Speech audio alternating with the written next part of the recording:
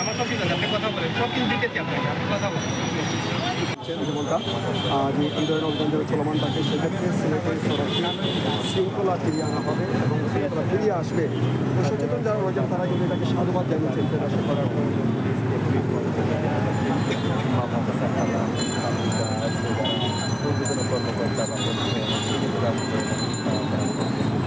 আমরা এই মুহূর্তে রয়েছি ট্রাস্ট সেন্টার থেকে। সমস্যা নাই, আমার আপনারা বলেন, আমি এদিকে আসো, এদিকে আসো, লাইটটা নষ্ট করতেছে, আমি কি কোনো টাইম করতে লাইটটা নষ্ট করতেছে, এদিকে আসো না, দাদা আপনার না। ঠিক আছে, আপনারা গাড়িটাকে পার্ক করেন। আর ওনারা যে ভিডিওটা করতেছে অনুমতি দিচ্ছে আপনাদের, আমাদের যে বাইরে আমি আপনার সাথে কথা বলছি, আছে অনুমতি নেই, মানে পুরো একটা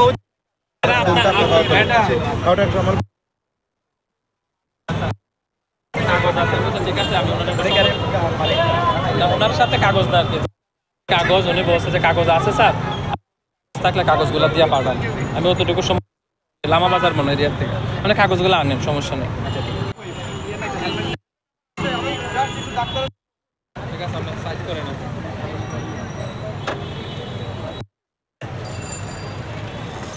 আসলে আপনাকে কিসের জন্য আটকানো হয়েছে? পিলিয়ন হেলমেট ছিল না আর কি, একটা হেলমেট ছিল, এটা উচিত ছিল যে এই অনেক আছে অবৈধ যানবাহন চলে, অনেক সমস্যা হইতেছে।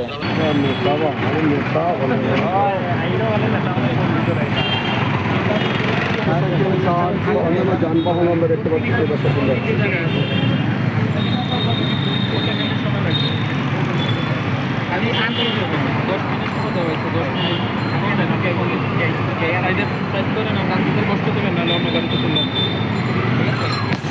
যারা হেলমেট থাকবে পরিধান করবে না তাদের বিরুদ্ধে যে সড়ক পরিবহন আইনের যে ধারা অনুযায়ী আমরা ব্যবস্থা নিই।